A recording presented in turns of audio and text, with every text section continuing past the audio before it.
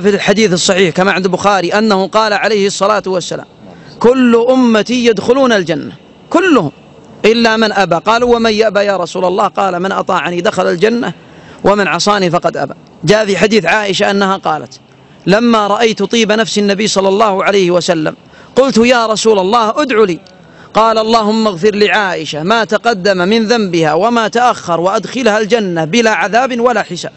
تقول عائشة: فضحكت حتى وقع رأسي في حجري، أو قالت حجره. قال: ما يضحكك يا عائشة؟ قالت: دعوتك الطيبة يا رسول الله. قال: والذي نفسي بيده إني لأدعو بها لأمتي في كل صلاة صليتها. جاء عنه صلى الله عليه وسلم أنه قال: لكل نبي دعوة مستجابة كلهم دعا بها في الدنيا إلا أنا خبأت دعوتي لأمتي يوم القيامة.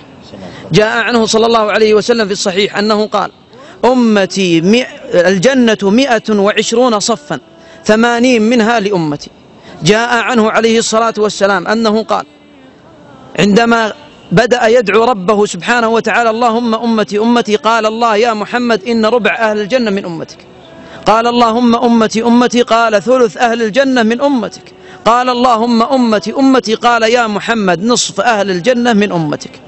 بشارة أخيرة أختتم بها، والبشارات كثر، أن العبد الصالح يشفع لصاحبه الطالح في يوم القيامة حتى يدخله الجنة، وأن الابن يشفع لأبيه، والأب يشفع لابنه، والحبيب يشفع لحبيبه، والزوج يشفع لزوجته. نعم، جاء عن النبي صلى الله عليه وسلم أنه تفتح باب الشفاعة يوم القيامة. قال: فيقول الله سبحانه وتعالى: فليشفع الأنبياء والرسل. قال: فيشفعون فيخرجون من النار خلقا كثيرا. قال: ثم يشفع الصديقون والشهداء. قال: فيخرج من النار خلقا كثير. قال: فيشفع الأتقياء والمؤمنون. قال: فيخرج من النار خلق كثير.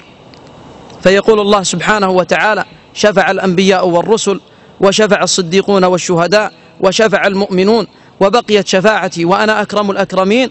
قال: فيخرج من النار خلقا كثيرا حتى يظن أنه ما بقي فيها أحد، ثم يجعل قدمه الشريفة قال فيها أو عليها، فينزوي بعضها على بعض وتقول قط قط، بعد أن كانت تقول هل من مزيد. أهل الجنة يتذكرون فلان من الناس من أصحابهم، فيقول: يا ربي أين عبدك فلان؟ فيقول: في النار. فيقول: يا ربي ما تكتمل لي سعادة إلا بفلان. فيقول الله سبحانه وتعالى: خذ بيد صاحبك وأدخله الجنة. نسأل الله سبحانه وتعالى يدخلنا الجنة.